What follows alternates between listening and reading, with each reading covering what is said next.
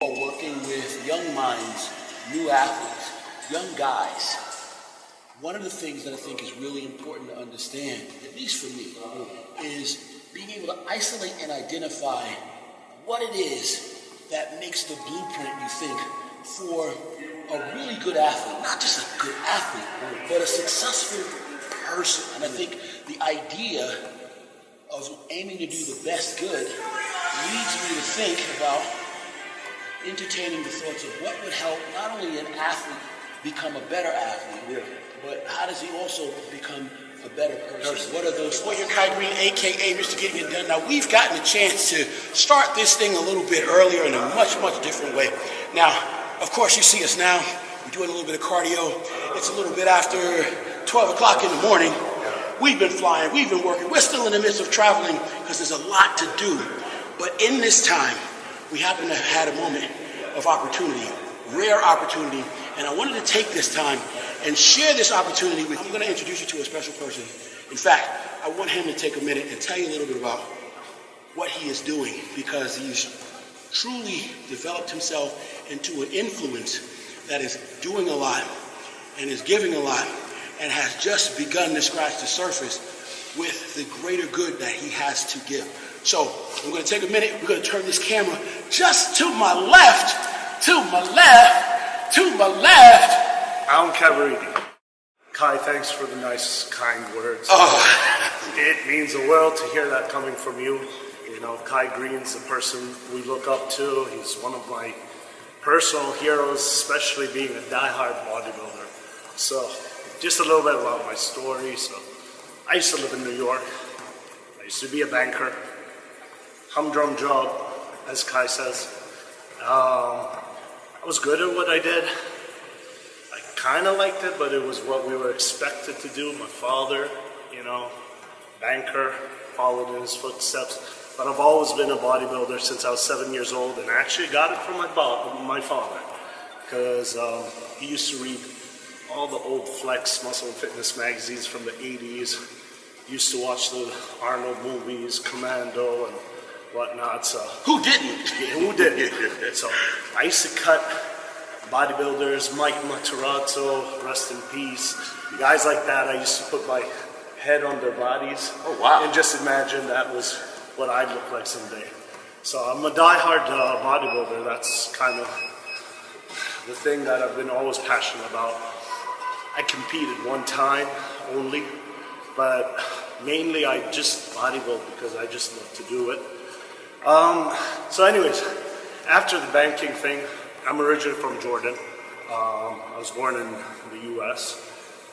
So I left New York to Jordan and came back after being away I was in military school, and then I went to college in the States, and then I worked at the bank for 10 years. So I was away for 20 something years. And so I started thinking, imagining, and strategizing about an idea. And that idea is KABS Fitfactory. And KABS comes from a name. My sister made that actually a nickname when she was in the US Coast Guard. And all her stuff, all her clothes, you had to label everything, so KABS. And then I started using it on everything. Friends started calling me KABS, military school KABS. So KABS is kind of the abbreviation of our last name, Kabariti. So KABS Fitfactory, we wanted to try, I wanted to kind of get my passion out, turn it into a business, make a business that was sustainable, and through it be able to also support, influence, and empower people. So KABS Fitfactory came about. It was me and my first co-founder started with me. Her name was غرين. You actually met her in FIBO at one point. First year we were planning. Anyways, started planning, and we were just two people out of coffee shops and whatnot, and just morphed the idea. First it was getting a supplement brand, 2 supplement brands, a bunch of supplement brands. Then I wanted to have a gym facility. I wanted to have a bunch of everything that had to do with our industry, and not just bodybuilding, all fitness, health, and wellness. We even Panata, you see that piece of machine there? Yep. So we're the distributors for Panata as well. And they've been around for a long time. Yeah, they've been they used to even sponsor the Mr. Olympia. That's right. They sponsored That's right. Bufarino back in the day. That's right. Yeah. Sports, yes. So I went to Rudy Panata to his house, and I just saw the history of bodybuilding. He has magazines from black and white, 1900s, stacks. Anyway, so KABS Fitfactory was born. Like I said, it was just two of us out of coffee shops, and then we have a 7,000 square foot, 7 or 8,000 square foot store, and we don't call it store; it's our showroom, and supplements, the equipment. DNA is powered by Fit Factory. It's a small boutique fitness studio, let's say. We do personal training, nutrition advising, small customized group classes, and basically the theme of it is it's exercise based on science. I'm not just saying this for the cameras, I'm not just saying this because I'm standing right next to you. I kind of in disbelief that I'm at this point with Kai Greene, hanging out, but I used to look up to Kai Greene. I applied a lot of things in my life based on watching Kai Greene and his story. I mean, I would say you're one of the first also bodybuilders, and I really think you're revolutionary with this, but you had a story, and honestly, it wasn't a scripted story, let's say. Maybe it was partially, but I mean, I felt, and many others felt, the story of your life. 3, 4, 5, 6, 7, 8, 9, 10. Relax. 4, let's go. 5, 6, 7, 8, 9, 10. 2, 3, 4, 5, 6, 7, 8.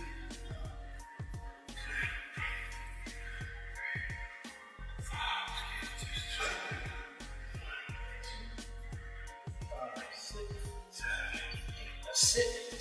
Round up.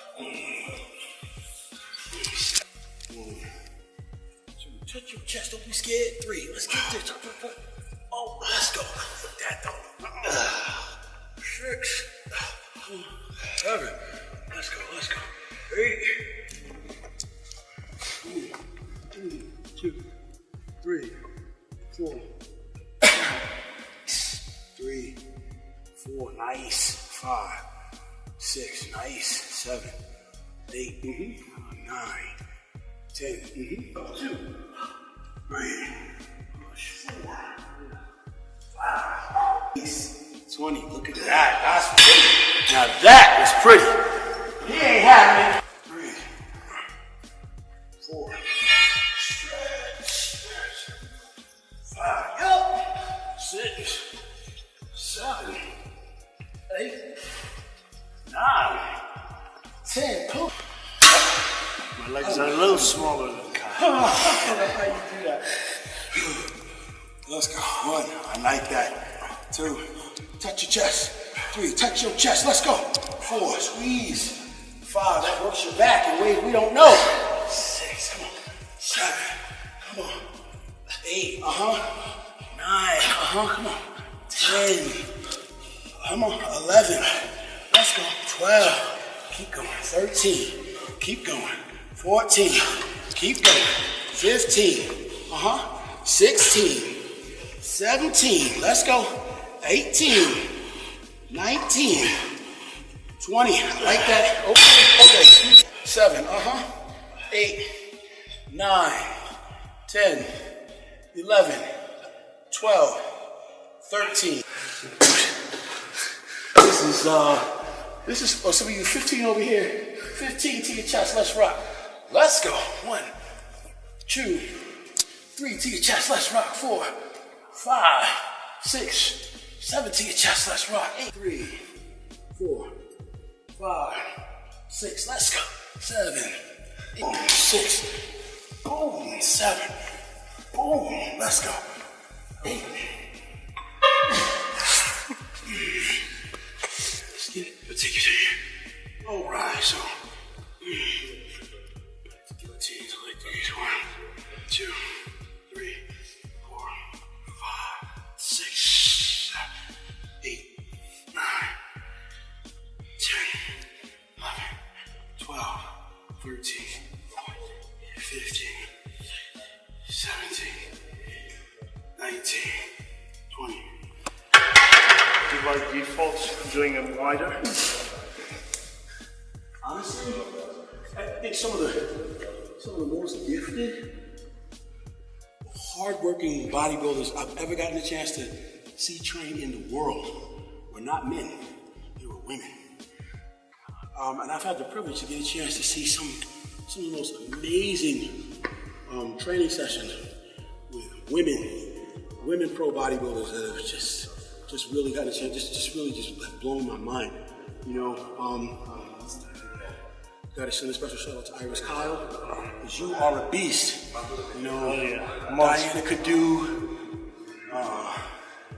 Terminator, I see you. But yeah, man.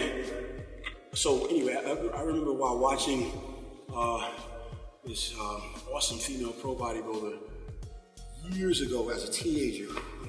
Yeah, because she was a lot older than me, and you know you were. But she had like some of the most amazing chest development, and I remember her movements were always just amazing to watch. The most mechanically sound, the most beautifully executed. She moved like a technician, and incredibly strong. You know, long story short, she used to do guillotines. And after watching her do them, I swear I've always been a strong proponent of guillotines added in my training, whether it's a warm-up or a full-on chest training segment. I just cannot emphasize enough how valuable a guillotine is on the flat bench, and technically even with a lot of my upper chest movements on an incline, and even on a decline angle.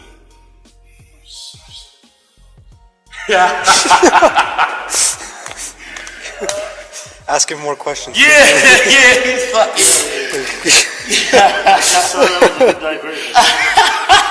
smart, let's rock.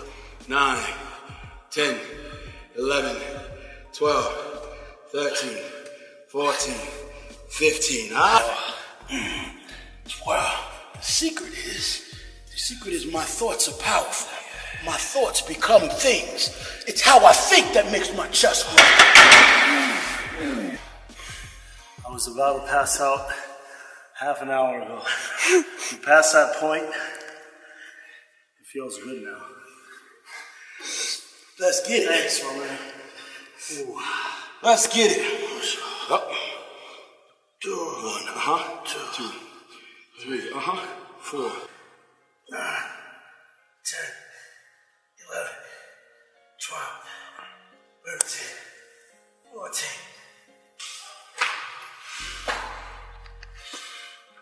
All right, 20, 15, 12. 20, 15, 12. You start with the rear delts. And the thing is, we don't want to make traps work more than they need to. We want to try to isolate these rear delts. Now, I know we're going to try to keep this in 20 minutes. 20 minutes. So we want to put some blood in our rear delt, the lateral and front. Finish with a shoulder press. Hammer curl. Yes! I like it. Rear delts, let's rock. 1, yep. 2, let's rock. 3, up. 4, let's rock. 5, up. 6, 15, 16, 17, 18. Good? All right. 1, let's go. 2, 3, let's go. 4, glute ride it through. Turn my knee out, flex my glute, ride it through. Turn my knee out, flex my glute, ride it through. 40 minutes to an hour every morning. Level 5. Anyway, fast forward. I remember how much I looked up to Ronnie Coleman. I watched all the videos, Battle for the Olympia. This guy was amazing, unstoppable. Squatting 800 squatting 800 pounds 2 weeks out from the Olympian. Everybody wanted to be Ronnie Coleman. Anybody that was expecting to see their dream realized as being the best of the best had to look at the best. And when Ronnie was the best, we had to challenge yourself. Imagine, can I do that? And if you couldn't say yes, when you asked yourself that question, and what also came along with that is, I'm going to do my best. I'm going to reach a little deeper and be willing to work a little harder. Everybody that was serious about this thing was challenging themselves, using that as the example. Why am I saying this? I'm saying this because fast forward, I remember later on, was starting to see myself step up, doing better in competition, starting to get to some of the things that I really wanted to do. Those guys that had the sponsorships, I went and hunted them down. We were hunting. When people turned around and called me the predator, I thought that they were trying to give me a backhanded compliment. They thought that they were trying to make fun of the fact that they didn't find me physically attractive. But at the same time, they also had to understand that whether they liked what I looked like or not, I came there to collect the trophy. I was coming there to cut down the other athletes that were there in front of me. My sword was sharp, and I saw myself as just a competitor, and I wanted to win.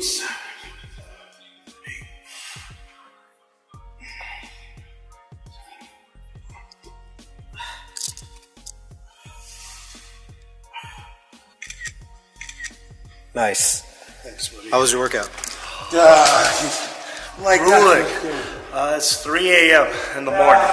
We started at like 12 something. Yeah. 11:45. So, yeah, I don't feel my hands, I feel my shoulders, but I feel amazing. Seriously, halfway through, my blood sugar felt like it was going down, about to pass out, but the man motivates, the man inspires. He gave me a boost, feels good, awesome, incredible. I'll train another 3 hours with Kai Greene. Yeah, Tracy paper could be, and literally they're drawing. This is not like a, Computer computer generated. This is, You can tell. To just trace over a photograph of Frank Zane executing in front of a bicep or a rear of a bicep, or it wouldn't be enough. There's not enough information, even on a most extremely conditioned athlete like Frank Zane had to have been at the time that the actual photo was taken. There's still not enough surface information to inform, this kind of detail. So the person that was Had doing to this, get it from some anatomy. Yeah, exactly. They have to be aware of anatomy, like really well studied. It's not like, oh, well, I can see it from the surface, and okay, so I imagine this is where it starts and this is where it ends, and that's it. You wouldn't be able to see this. You wouldn't be able to identify this like this,